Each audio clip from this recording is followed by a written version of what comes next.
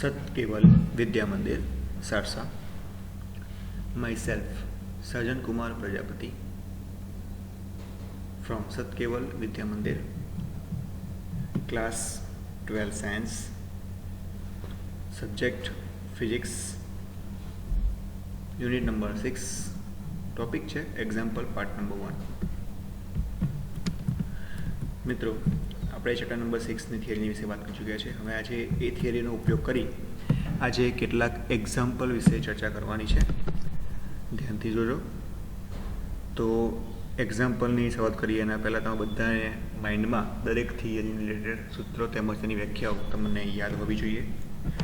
યાદ ના હોય તો રિમાઇન્ડ કરવી જરૂરી છે.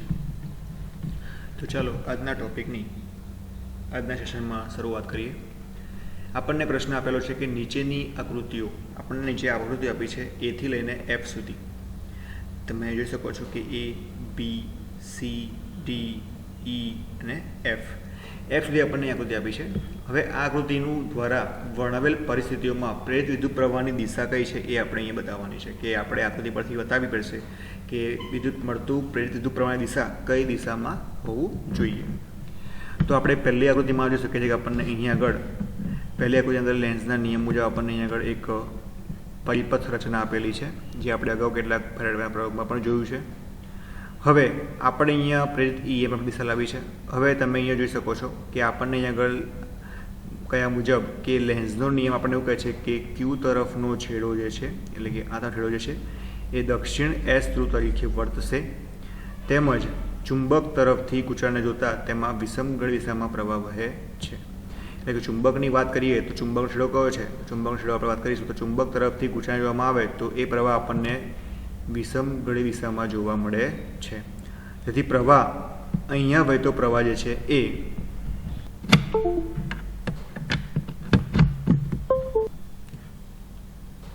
એક્ઝામ્પલના સ્કીપ કરી અને આપણે નેક્સ્ટ એક્ઝામ્પલ વિશે વાત કરીશું. એ એક્ઝામ્પલ જોવાનું નથી. હવે નેક્સ્ટ એક્ઝામ્પલ છે 6.3. એમાં આપણને કહ્યું છે કે 15 આંટા પ્રતિ સેન્ટીમીટર વાળા એક લાંબા સોલેનોઇડમાં તેની અક્ષને સમાંતર સોલેનોઇડની અંદર 2.0 સેન્ટીમીટર સ્ક્વેર ક્ષેત્રફળ ધરાવતા એક નાનો ગોળો મૂકેલો છે. હવે અહીંયા આપણને એવું કહ્યું છે કે એ 15 આંટાઓ ધરાવતો એક સોલેનોઇડ છે, લાંબો સોલેનોઇડ. એ લાંબા સોલેનોઇડની અંદર આપણે 2.0 સેન્ટીમીટર સ્ક્વેર ધરાવતો એક નાનો ગોળો મૂકી દઈએ છીએ. હવે જો સોલેનોઇડમાં વહેતો વિદ્યુત પ્રવાહ 0.1 સેકન્ડમાં 2 એમ્પિયરથી 4 એમ્પિયર સ્થાયી રીતે બદલાય, એટલે કે સોલેનોઇડની અંદર જે પ્રવાહ વહે છે એ પ્રવાહ આપેલા સમયગાળાની અંદર 2 એમ્પિયરથી 4 એમ્પિયર બદલાય છે. એટલે આપણને વિદ્યુત પ્રવાહમાં ફેરફાર આપે છે એવું કહી શકાય. સ્થાયી રીતે બદલાય તો વિદ્યુત પ્રવાહમાંનો ફેરફાર વખતે ગાળામાં પ્રેરિત EMF શું હશે? મિત્રો, હવે આપણે અહીંયા E શોધવાનું છે. શું લાવવાનું છે? E. હવે આપણે સૂત્ર જાણીએ છીએ કે E બરાબર શું છે? dϕ/dt.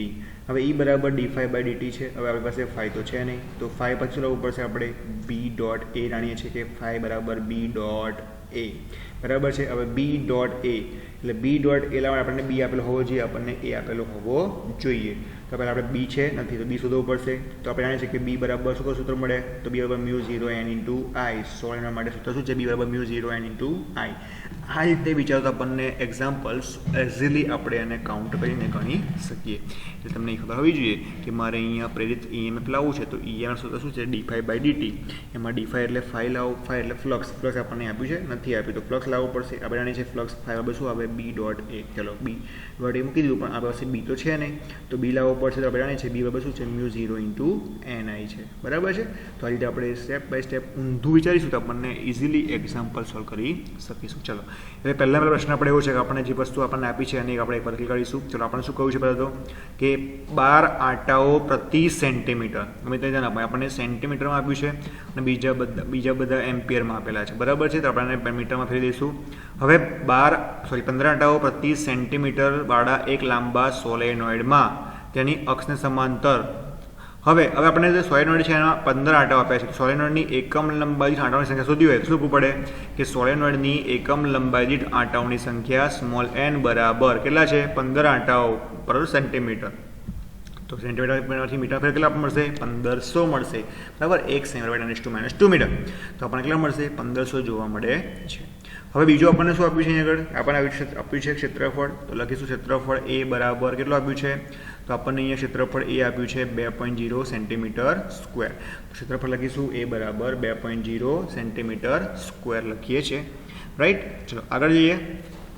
હવે આગળ જઈશું તો આપણને શું આપ્યું છે અહીંયા આગળ, તો સેન્ટીમીટરમાંથી આપણે ફેરવી દઈએ છીએ મીટરની અંદર, તો 2 × 10⁻², 1 સેન્ટીમીટર / 10⁻², તો 1 સેન્ટીમીટર સ્ક્વેર આવે છે 10⁻² આખાનો સ્ક્વેર, 10⁻⁴ મીટર સ્ક્વેર.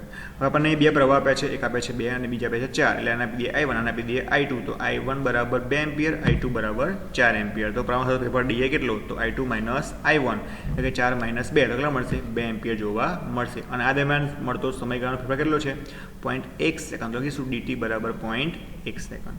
ચલો ગોટ ઇટ, આટલું ખબર પડી ગઈ છે. Okay done. હવે આગળ જઈએ. આપણે જાણીશું ફાઈ બરાબર, હમણાં અને અહીં આગળ મૂકી દો. આપણે આપણી રીતે જઈએ, થિયરી પ્રમાણે જઈએ. હવે આપણે જાણીએ છીએ કે આપણે લાવું જશું EMF. EMF ક્યારે મળે, ફાઈ મળે ત્યારે. ફાઈ ક્યારે મળે, B ડોટ A. પછી લખીશું ફ્લક્સ ફાઈ બરાબર B ડોટ A.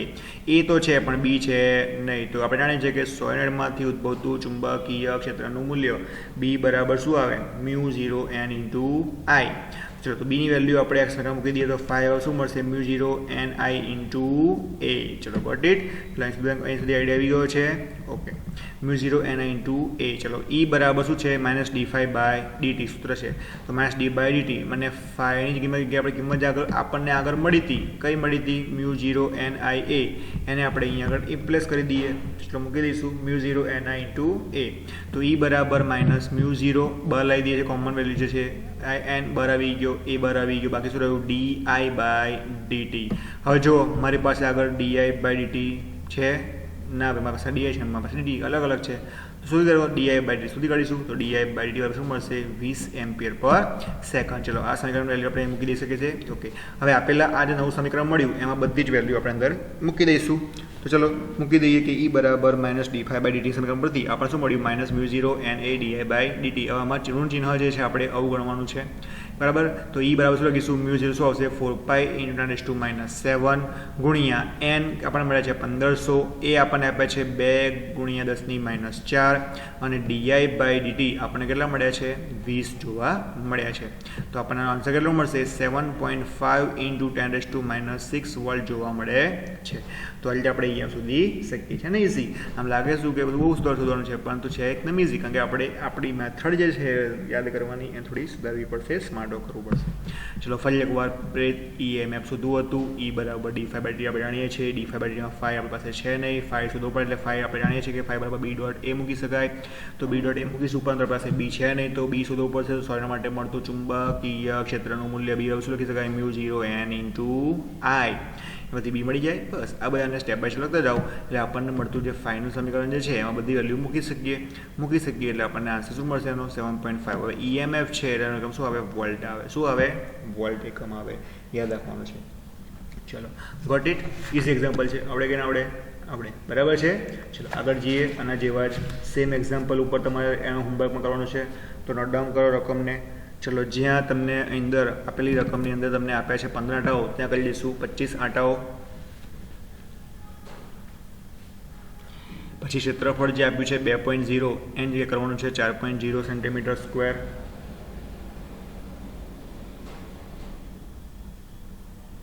વિદ્યુતપ્રવાહનું મૂલ્ય જે આપણને આપ્યું છે 0.1 સેકન્ડ, એની જગ્યાએ કરીશું આપણે 0.4 સેકન્ડ. સોરી, સમયનું મૂલ્ય કરીશું 0.4 સેકન્ડ. વિદ્યુતપ્રવાહનું મૂલ્ય આપણને આપ્યું છે 2 અને 4, એની જગ્યાએ કરીશું 4 અને 8. અને EMF શોધવાનું રહેશે. ઓકે, ચલો આગળ જઈએ બીજા એક્ઝામ્પલ તરફ. કે આપણને અહીંયા કહ્યું છે કે 8 સેન્ટીમીટર અને 2 સેન્ટીમીટર બાજુઓવાળા અને એક નાનો કાપ ધરાવતા એક લંબચોરસ તારનો ગાળો 0.3 ટેસ્લાની તીવ્રતાના અને ગાળાને લંબ દિશાના એક સમાન ચુંબક ક્ષેત્રના વિસ્તારમાં બહારની તરફ ગતિ કરી રહ્યો છે. હવે આપણને એવું કહ્યું છે કે 8 સેન્ટીમીટર અને 2 સેન્ટીમીટર બાજુઓવાળા અને એક નાનો કાપ ધરાવતા એક લંબચોરસ તારનો ગાળો, બરાબર. આપણને અહીંયા જેની ક્ષેત્રફળ જોવા જઈએ બાજુઓનું તો આપણને એક 8 સેન્ટીમીટર અને બીજું આપ્યું છે 2 સેન્ટીમીટર, એટલે કે જો બતાવ્યું છે 8 સેન્ટીમીટર અને 2 સેન્ટીમીટર. હવે એવો બાજુવાળા એક નાનો કર્વ સાથે એક લંબચોરસ તારનો એક ગાળો આપણને આપ્યો છે જે 0.3 ટેસ્લાની ચુંબકીય ક્ષેત્રની અંદર લંબ દિશામાં કહ્યું છે અને બહાર તરફ ગતિ કરી રહ્યો છે. એટલે આપણે અહીંયા ક્રોસ ક્રોસ ક્રોસ વડે બતાવ્યું છે. મિત્રો ધ્યાનથી સાંભળજો. ક્રોસ કેમ બતાવ્યું છે? કારણ કે બહાર તરફ છે એટલા માટે.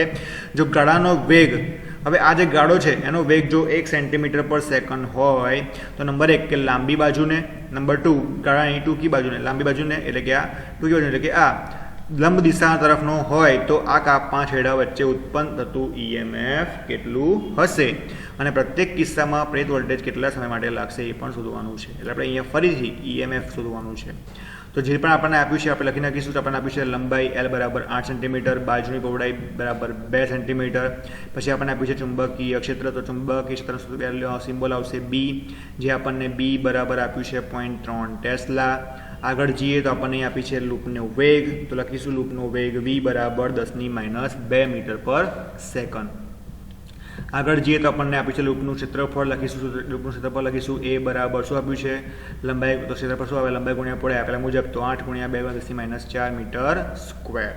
બરાબર છે, કારણ કે અહીં માઇનસ સેકન્ડ ના આવ્યા તો અહીં આના બરાબર લખાશે 8 × 10⁻², અહીં લખાશે 2 × 10⁻², તો -2 -4, તો 8 × 2 = 16, એટલે 16 × 10⁻⁴. હવે આપણને કહ્યું છે એમ કે પ્રશ્નમાં શું કહ્યું છે કે લાંબી બાજુ જે છે, તો જ્યારે મોટી બાજુ જે છે એને લંબરૂપે ગતિ કરાવવામાં આવે કોને, ચુંબકીય ક્ષેત્રને, ત્યારે એમાં EM કેટલું હશે? આપણે જાણીએ છીએ કે જ્યારે કોઈ સળિયો હોય અને એને ચુંબકીય ક્ષેત્રમાં ગતિ કરાવવામાં આવે, કોઈ સળિયો હોય અને એને ચુંબકીય ક્ષેત્રમાં શું કરવામાં આવે, ગતિ કરાવવામાં આવે, તો પ્રેરિત EMF કેટલું મળે? તો પ્રેરિત EMF મળે E બરાબર BVL, જે આપણે ગતિકીય EMF ની અંદર વાત કરેલી છે. બરાબર, સૂત્ર આપણને ખબર છે, બસ આપણે સૂત્ર ખાલી આવડવું જોઈએ. તો આપણે થિયરી જાણતા હોઈએ કે હા ભાઈ આવું ગતિ કરતો સળિયો હોય અને એમાં આપણને EMF શોધવું હોય, આપણને ગતિકીય EMF કરતા આપણને ત્યાં સૂત્ર BVL મળતું હતું. તો અહીંયા કંઈક એવું જ છે કે જે મોટી બાજુને આપણે લંબરૂપે ચુંબકીય ક્ષેત્રને ગતિ કરાવીએ છીએ ત્યારે તો આવું તો થાય ગતિકીય EMF. તો લખીશું પ્રેરિત EMF ગતિકીય EMF E બરાબર BVL, તો E = BVL. ચાલો B આપણને આપેલું છે, V આપણને આપેલું છે અને L આપણને આપેલું છે, શોધી કાઢીએ તો આપણને આન્સર મળે છે 0.24. 0.24 અહીંયા જો 2.4 × 10⁻⁴ વોલ્ટ છે. હવે અહીંયા 2.24 શું થશે 10⁻³ વોલ્ટ, તો 0.24 મિલીવોલ્ટ લખી શકીએ છીએ. અને જ્યાં સુધી નીચેની બાજુ જે છે ચુંબકીય ક્ષેત્રની અંદર જ રહે, બહાર નીકળી ના જાય ત્યાં સુધી આપણને આટલું EMF જોવા મળે છે. રાઈટ. હવે એની માટે આપણને બીજું પણ શું કહ્યું છે તો પ્રશ્નમાં, તો આપણને એવું કહ્યું છે કે સમય માટે શું હશે, કેટલા સમય માટે રહેશે. તો આપણે જાણીએ છીએ કે સમય T બરાબર વેગ બરાબર અંતર ભાગ્યા સમય પરથી, તો T બરાબર શું આવે, અંતર ભાગ્યા વેગ, નાની બાજુની લંબાઈ ભાગ્યા વેગ. ચલો નાની બાજુની લંબાઈ કેટલી છે તો જાણીએ છીએ 2 × 10⁻² છે અને આપણને વેગ કેટલો આપ્યો છે, તો વેગ આપણને 10⁻², તો 2 સેકન્ડ સુધી રહેશે. એટલે કે જ્યાં આપેલો જે સળિયો છે એ આપેલ ક્ષેત્રમાં 2 સેકન્ડ સુધી રહેશે ત્યાં સુધી આપણને આટલું ચુંબકીય ક્ષેત્ર EMF જોવા મળશે. રાઈટ, જે આપણે કહી શકીએ છીએ. હવે જેવી આપણે વાત કરી મોટી બાજુની એવી વાત કરીશું હવે નાની બાજુની. તો જો નેક્સ્ટ આપણે કહ્યું છે કે જ્યારે નાની બાજુને લંબરૂપે ગતિ કરવામાં આવે ત્યારે મળતું પ્રેરિત EMF અગેન E બરાબર BVL મુજબ. અહીં BVL ને BVB એટલે કેમ કે બીજી બાજુ છે એટલે એને આપણે બી કહ્યું છે બ્રેથ, તો BVB, તો B ની જગ્યાએ આપણે મૂકીશું 0.3 × 10⁻², V આપણને આપે છે બરાબર, અને B આપણને આપે છે 2 × 10⁻². સોલ્યુશન આપણે આપીશું તો આપણને આન્સર શું મળશે, આપણને આન્સર મળે છે 0.6 × 10⁻⁴, એના બરાબર 0.06 મિલીવોલ્ટ લખી શકીએ. અને આના માટે સમય શોધો ભાઈ એકવાર T બરાબર કોને માટે, તો હવે જુઓ મોટી બાજુ બહાર ના નીકળે ત્યાં સુધી નાની બાજુ અંદર રહેવાની, અને નાની બાજુ અંદર રહે ત્યાં સુધી શું લેશે, તેના અંદર મળતું EMF મળશે. દેટ મીન્સ કે સમય T બરાબર કોનું જોવાનું, મોટી બાજુની લંબાઈ ભાગ્યા વેગ, તો એ તો છે 8 × 10⁻² ભાગ્યા 10⁻², તો 8 સેકન્ડ સુધી રહે છે. તો આ વાત થઈ દરેક બાજુ માટે મળતા સમયની, તેમજ દરેક બાજુ જ્યારે ચુંબકીય ક્ષેત્રને લંબ ગતિ કરવામાં આવે છે ત્યારે મળતા EMF વિશે. તો ઇઝી છે, આવડે કે ના આવડે એવું છે. બરાબર છે, ઓકે. ચલો હવે આપણે આના જેવો તમારે સેમ એક્ઝામ્પલ કરવાનું છે. Note down the question. હવે જ્યાં 8 સેન્ટીમીટર છે, જ્યાં 2 સેન્ટીમીટર છે ત્યાં લખીશું 8 જગ્યાએ લખીશું 4 સેન્ટીમીટર અને 2 જગ્યાએ લખીશું 2 સેન્ટીમીટર. ચલો ગોટ ઇટ. જ્યાં 8 છે ત્યાં લખવાનું છે 2 અને જ્યાં 2 છે ત્યાં લખવાનું છે 2.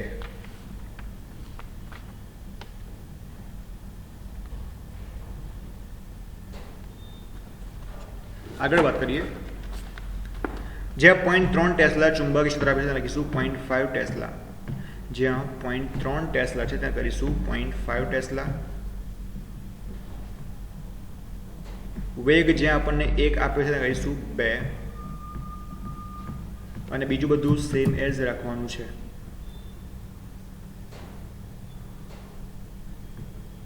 Okay done.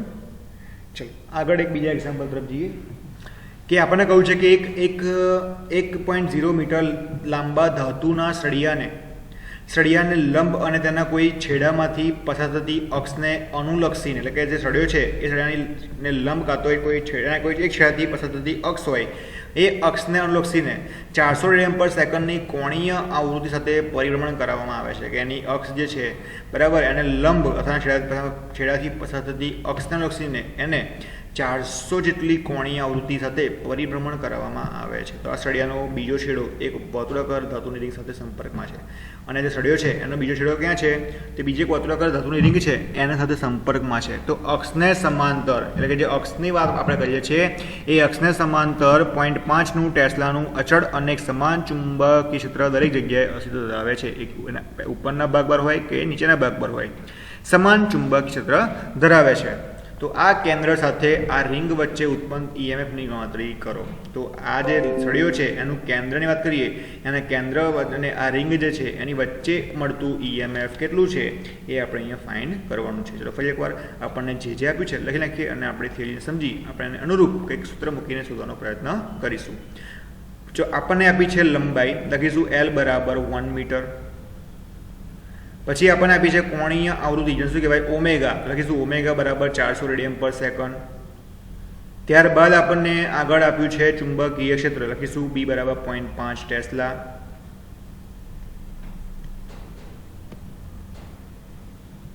ઓકે, હવે મિત્રો ધ્યાનથી સાંભળજો. હવે આપણને શું કહ્યું છે આગળ કે આપેલો જે સળિયો જે છે એનો જે એક છેડો છે એ છેડને અનુલક્ષીને એને ભ્રમણ કરવામાં આવે છે. બીજો છેડો ક્યાં છે? ધાતુની રિંગ સાથે સંપર્કમાં છે. બરાબર છે. તો એક છેડાની આપણને શું મળશે? આપણને 0 મળશે. તો લખીશું કે માટે V1 બરાબર એક છેડાની ઝડપ કેટલી મળશે? 0 જોવા મળે છે. કેટલી મળે છે? 0 જોવા મળે છે. આપણે તમને પાછળ આકૃતિ દ્વારા સમજાવીશું. હવે બીજો વેગ, એટલે કે સળિયાનો જે બીજો છેડો જે છે એ ક્યાં છે? પાછો તકતી સાથે સંપર્કમાં છે. તો સંપર્કમાં હોય તો એ ભ્રમણ કરતો હશે કોણી આવૃત્તિ સાથે, ચાકગતિ સાથે. તો એની ઝડપ કેટલી મળે આપણને? તો ઝડપ મળશે V બરાબર R ઓમેગા મુજબ. શું મળે? તો ઝડપ બરાબર ઓમેગા ઇન્ટુ L જોવા મળે છે. બરાબર છે. કેવી રીતના આવે ચલો સમજીએ. ચલો હવે ઝડપ V બરાબર R ઇન્ટુ ઓમેગા, એટલે આ ત્રિજ્યા, તો આપણે ત્રિજ્યા કેટલી આપી છે? આપેલા સળિયા જેટલી છે, એટલે આપણે લંબાઈ કેટલી છે? L છે સળિયાની લંબાઈ. તો આપણે R જગ્યાએ L લખીએ છીએ અને ઓમેગાના ઓમેગા લખીએ છીએ. હવે આપણે જે બધી વાત કરીએ કે સળિયોનો એક છેડો એ અક્ષને અનુલક્ષીને છે, જે બતાવ્યું છે જોવાઈ રહ્યો, અને ત્યાંથી એ બીજો છેડો ક્યાં છે? તો એ તકતીના સંપર્કમાં છે, જે પરિભ્રમણ કરી રહી છે. બરાબર, જે આપણે બતાવ્યું છે આગળ. તો ચલો હવે શોધીએ. તો આપણને પ્રશ્નમાં આપણને કહ્યું છે કે આના ઉપરથી આપણે EMFની ગણતરી કરવાની છે અને જોવાનું આ EMF ક્યાંની વચ્ચે હોવું જોઈએ? કેન્દ્ર અને રિંગ વચ્ચે. એટલે કે કેન્દ્ર જે વાત કરીએ તો અહીંથી અને રિંગની વચ્ચે EMF કેટલું મળશે એ આપણે શોધવાનું છે. હવે સળિયાની આપણને ઝડપની વાત કરીએ તો એક છેડા તરફ આપણને ઝડપ કેટલી મળશે? 0. અને બીજા છેડા તરફ આપણને ઝડપ કેટલી મળે છે? તો આપણને મળે છે ઓમેગા L જેટલી. બરાબર છે. તો મળતી સરેરાશ ઝડપ કેટલી? તો આપેલા સળિયાની આપેલા રિંગની સાપેક્ષે મળતી સરેરાશ ઝડપ બરાબર V1 વત્તા V2/2. V1ની આપણી પાસે આપી છે 0, V2 આપણને આપેલા છે ઓમેગા L અને 2/2 એમના એમ. તો ઓમેગા L/2 જોવા મળે છે. હવે આ દરમિયાન મળતું વચ્ચે ઉત્પન્ન થતું EMF કેટલું? તો આપણે જાણીએ છીએ કે EMF, જો છેડો એક છેડો કયો છે? તકતી સાથે સંપર્કમાં છે, મતલબ કે તકતી સાથે સંપર્કમાં હોવાને કારણે એ શું કરતો હશે? ગતિ કરતો હોવો જોઈએ. તો E બરાબર BVL મુજબ, તો E બરાબર ચલો BVL. હવે BVL જે છે એના ઉપરથી આપણે નીચે Vની કિંમત આપણે જે ઉપર મળી ઓમેગા L/2 એ મૂકી દઈશું આગળ. તો ઓમેગા L ઇન્ટુ બાય 2 અને L તો ઉપર ઓલરેડી છે તો એટલે L². ચલો 1/2 બહાર લઈ લઈએ છીએ. બીની વેલ્યુ આપણે આપી છે 0.5, ઓમેગા આપણે આપે છે 400 અને L આપે છે આપણને 1. સોલ્યુશન આપીએ તો આપણને આન્સર મળશે 100 વોલ્ટ. ચલો ઇઝી છે. આવડે કે ના આવડે? ચલો તમારે હોમવર્કમાં એક્ઝામ્પલ સેવ કરવાનું છે. ચલો આગળ તમારી રકમમાં જો જે તમને લંબાઈ આપી છે 1 મીટર, ત્યાં કરીશું 3 મીટર. કોણીય આવૃત્તિ જે 400 આપી છે એને કરીશું 500. અને અક્ષને સમાંતર જે ચુંબકીય ક્ષેત્ર આપણે આપ્યું છે બી બરાબર એમાં લખો 0.5 જગ્યાએ લખીશું 0.8 ટેસ્લા. ઓકે, તો આ સેશનમાં આપણે આટલા એક્ઝામ્પલ જોયા છે. તો આશા કરીશું કે આટલી એક્ઝામ્પલ સેશનમાં તમે આજે આપણે આજની જે રીતો ભણ્યા એમાં તમને આઈડિયા આવ્યો છે અને આજે તો હોમવર્ક છે તમારે આજે જ તમારે પૂરું કરવાનું રહેશે. તો નવા સેશન સાથે ફરી મળીશું. ત્યાં સુધી રજા આપશો. ત્યાં સુધી જય હિન્દ, જય Bharat. Thank you very much.